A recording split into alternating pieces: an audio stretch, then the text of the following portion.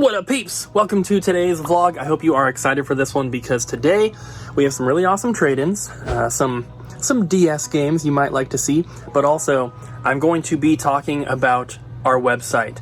So I'm going to give you guys some updates on that, give you some new information, and I know you guys are going to love it and be super excited, so stay tuned.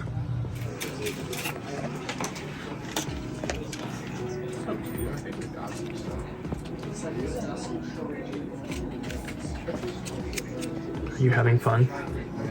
Okay. No. What? Oh, with this? That looks like a lot of fun. Yeah, I love gamer dirt. It's gamer hand cheese. Gamer hand cheese. It has different names in different regions. Well, I know you love it. That's why you're choosing to do that instead of alphabetizing games. Wait, that's an option? We got some Pokemon cards traded in today, guys. Well, they weren't traded, we just paid for them. This one is really cool. This is really the only one I wanted to highlight, and that is because this originally came with the Pokemon trading card game on the Game Boy Color. So that's super cool. You can see it's a promo, but also it's got the little GB there for Game Boy. So if you ever see that card, that's what it's from. And we have a couple commons and uncommons here that are actually worth pricing out. Some original stuff, some newer ones as well, but it was from the same kid that's been trading in a lot of stuff. And he was trying to trade in a lot more, but I had to pass on a lot of the newer cards. We just have too much of that kind of stuff. So I only picked out like these like secret rares and these like full art trainer cards from the new stuff primarily. But nothing too crazy in here, but you know, just some cool stuff. A couple older holos there, which are pretty cool. There's a swirl on the Chansey right there that you can see. And then just a few more. First edition Kangaskhan. Pretty cool. But yeah, overall, not too bad. So we have a Game Boy Advance game that is not working. And as a last resort, Kyle's just basically blasting it with hot air and hoping for the best. Yeah, it is Super Mario Advance 4, Super Mario Bros. 3. Yeah, and it's our only copy. Yeah. Very unfortunate. But hopefully this makes it work. Yeah, we'll see. It might not be a guaranteed thing. Might not even last very long if it does start working, but we'll try. No. Missing no. Yeah. That's basically all I could get out of it before, so... Dang. I tried, but no luck. Let me try one thing. Alright, Cooper's trying something. Sometimes you just gotta knock it in.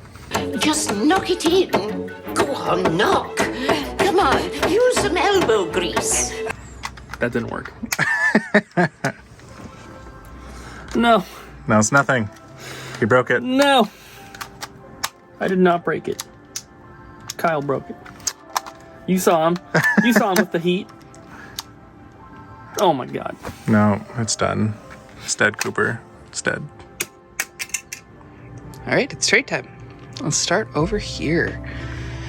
Got a couple of Xbox One titles and Xbox 360 titles, naturally.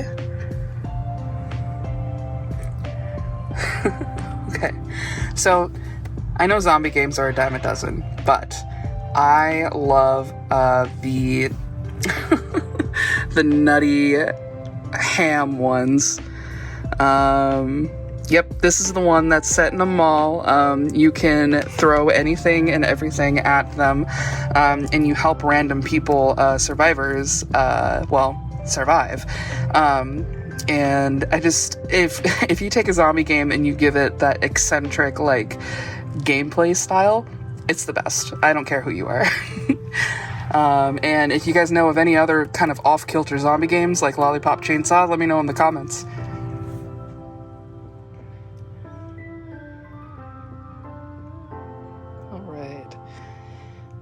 One of many Kingdom Hearts iterations. Oh, wait. Oh, that's that Raiden guy.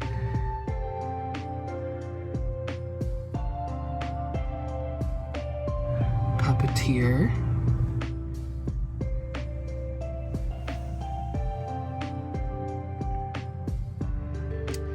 I want to know what the story is behind this frickin' game, because, like, what?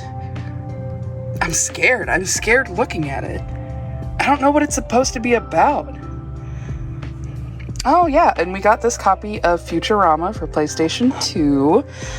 This one is notable because apparently some people consider this like a lost episode of sorts. There's original animation that was not like clipped from the old show. It was made for this game, and it is fully voice acted by the same voice actors who do the characters in the show. And I just love that. I love the love that is put into stuff like this. It really just makes it, like, it doesn't feel like a cheap tie-in game. It feels like its own thing that is part of the entire project. And I love when you just see, it's just the best. Sorry guys, I'm not very eloquent today. Still got that con crud kind of kicking my butt. Another Game Boy player. This is our second one this week. 8-bit dough. Alright. If you don't watch anime, you can watch this one. It's good.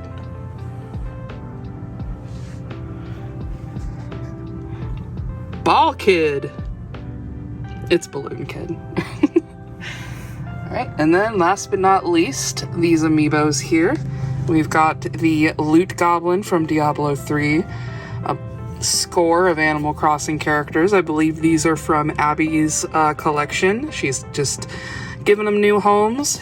We've got Joker, Dark Samus, Ridley, Emmy, Emmy's friend. That's Samus again. And then Meta Knight and Koibi. And then my best friend, Isabel, in her cute little knit sweater. Everybody say, hi, Isabel.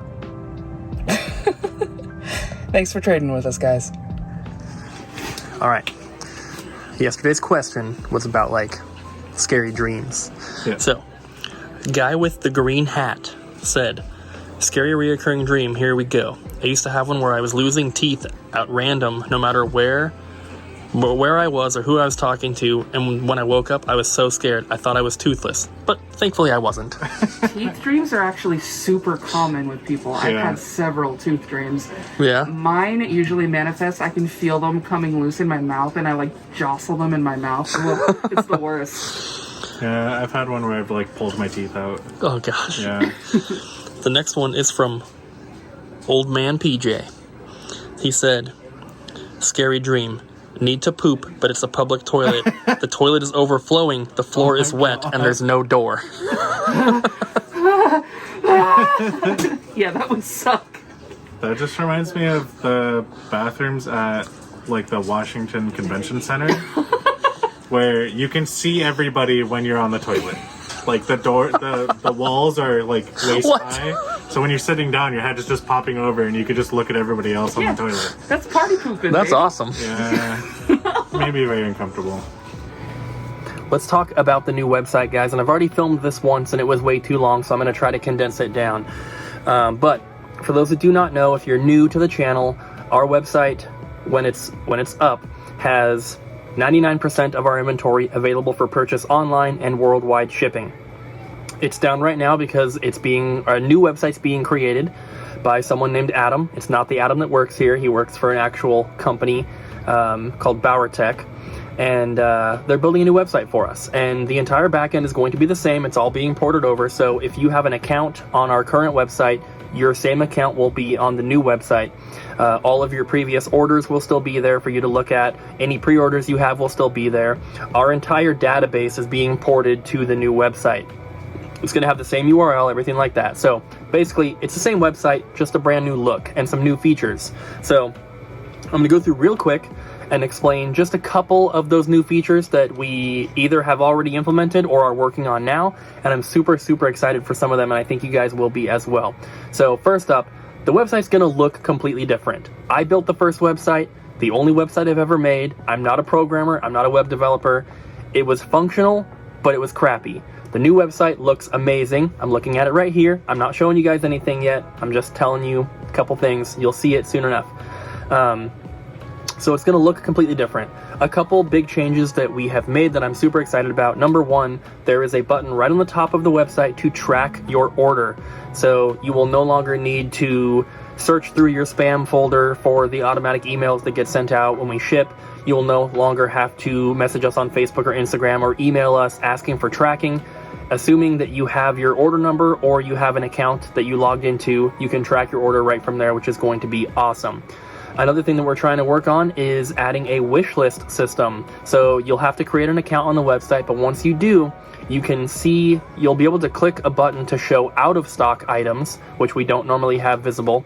And then if an item is out of stock, you'll have the option to add it to a wish list. And then once it goes live on the website, it should send you an email letting you know that it's in stock. That one's not implemented just yet. We are still working on that, but hopefully it is up there soon. And then number 3, which this is another big one that we're still not sure if it's going to work or not because it's difficult to make it happen properly. There'll be a section to see either new inventory or back in stock inventory. They're kind of the same thing according to the website because it's something that went from a quantity of 0 to a 1 or more. So we're not sure if it's going to work 100% just yet, but hopefully that does. And there should also be a section where you can see all the inventory on the store, and then you can sort, alphabetically by popularity, by price, whatever you want, instead of only being able to search by a specific category. So there's a lot of changes. I'm super excited. I know that you guys are going to love it because it looks incredible, and I cannot wait. And thank you guys for all your support. It should be going live, hopefully, by the end of this month. We stopped taking trades at 6 p.m. and it is now 6:30, so this is going to be the rest of the stuff. I will say most of this was actually not traded in today, maybe a couple items, but the majority of this came from Anna and Monica, which are Abby's friends. They were the ones helping us at the Portland Retro Gaming Expo. A lot of people were asking really quick, so they do not live locally. They came in to help with the booth and hang out with Abby, of course. And then we also had Chris helping, and he used to work at the store. So you guys have seen him maybe a couple times. He's not really into being in the videos, but there it is. So let's go through these. We have a bunch of PSP games, and there's some pretty good ones in here. And I do believe that every PSP game here came from Anna and Monica. So none of these ones were traded in today, as far as I know. Abby was the one entering them. I've also never seen that game before out of the, thousands of PSP games that we've had come in through the shop. Never seen that one. This one is factory sealed. And then a few more down here. Most of these are glass case ones, which we still have so many, but still cool. And then at the beginning, I teased these ones here. These Digimon DS games, which are very expensive. This is not all of the Digimon games, there are others, also Dragon Quest there. But yeah, some of these Digimon games are very, very expensive, and it's kind of cool because Digimon is, whether you believe it or not, it's kind of a Pokemon ripoff, at least in some ways. They seem to be following the kind of Pokemon price trend, which I think is interesting because Digimon is nowhere near as popular as Pokemon, but it's really, really cool to see these coming through. Like I said, this isn't all of them. We have Dusk and Dawn and then World Championships. I don't know why Dawn is so much more than Dusk, but there are a few other Digimon games for the DS that are not here, but super cool to see those. And then we have a bunch of Nintendo Switch games, and a couple of these were traded in, I'm pretty sure, but most of them, like I said, came from Anna and Monica. And then some of them, when it says new, that means that they are factory sealed, so you can see on the tags there. Some of them are new. But, a lot of pre-owned ones as well, of course. And you guys know we love getting Nintendo Switch games. This one was traded in today. That is a European copy, though, and that one is also factory sealed, marked down a bit because of that. But you guys know we love getting Switch games here at the store. We make it a point to try to have as many as we possibly can, so we love getting all those. And then the last item for today is this really cool blue and white PSP. This is a Japanese model. You You can see the Japanese text on the box there. But yeah, this is a really, really cool one. And it looks like this same color PSP was also released as a bundle with some Monster Hunter game, which looks pretty cool as well. So really awesome to see that. There is a little bit of a rip right here in the box, so it's not perfect. There's this, but still pretty awesome. We can always use more handheld. So that is everything from today, and thank you to Anna and Monica. What's that? Will you go film the stuff that's on the counter in there? Yes. Okay, here you go. Let's go in the back. Oh, shoot. Look what we got here. It's soundtracks, both vinyls and cassettes. Let's look over here. Tales of Symphonia. I bought this at PRGE, and so did Abby. Ariel will probably pick up a copy, because this is her favorite game, or one of them. We have Mega Man Legends 2 vinyl soundtrack. That's pretty awesome. We have Darius 2. I don't know if we've had that one before. I don't think so. And we have Beautiful Joe 2, it looks like. That is also super cool. We have Metal Slug X original soundtrack. We have Klonoa 1, The Door to Phantom Isle. We have all these cassette ones. It looks like this is Celeste, and this is Celeste Farewell. I don't know what the difference is. So, if you guys can let us know. Oh, wait. Sorry. Yeah, I don't know. So, there's 2 Celeste soundtracks. And then there is this Mega Man Legends 1? Yeah. So, Legends 1 is on cassette. Legends 2 is on vinyl. And then we have Klonoa 1 and 2 on cassette as well. And we also have Klonoa 2 on vinyl. These are from Ship to Shore, I believe. They were at PRGE. They didn't have all of these there. I might have gotten one or more besides Tales of Symphonia if they had more there, but this is pretty awesome. All right, question of the day. What video game world or area would you not want to wake up in? So think of it as like the opposite of the vacation question we had a few months ago. Where would be the worst place to wake up? I don't want to wake up in Termina, the world in Majora's Mask, because you only have 3 days to live and there's a giant moon grimacing at you from the sky. I think that would be terrible. Also, I'm not the hero, so I don't know what's happening until, the end. And there's a lot of deja vu happening. Yeah, it would suck. So mine would be basically any Dark Souls game, because they're just so, depressing and everything kills you, so. Yeah, you'd probably die pretty quick. Yeah. Mine would be the game Man-Eater, and I think you guys know why.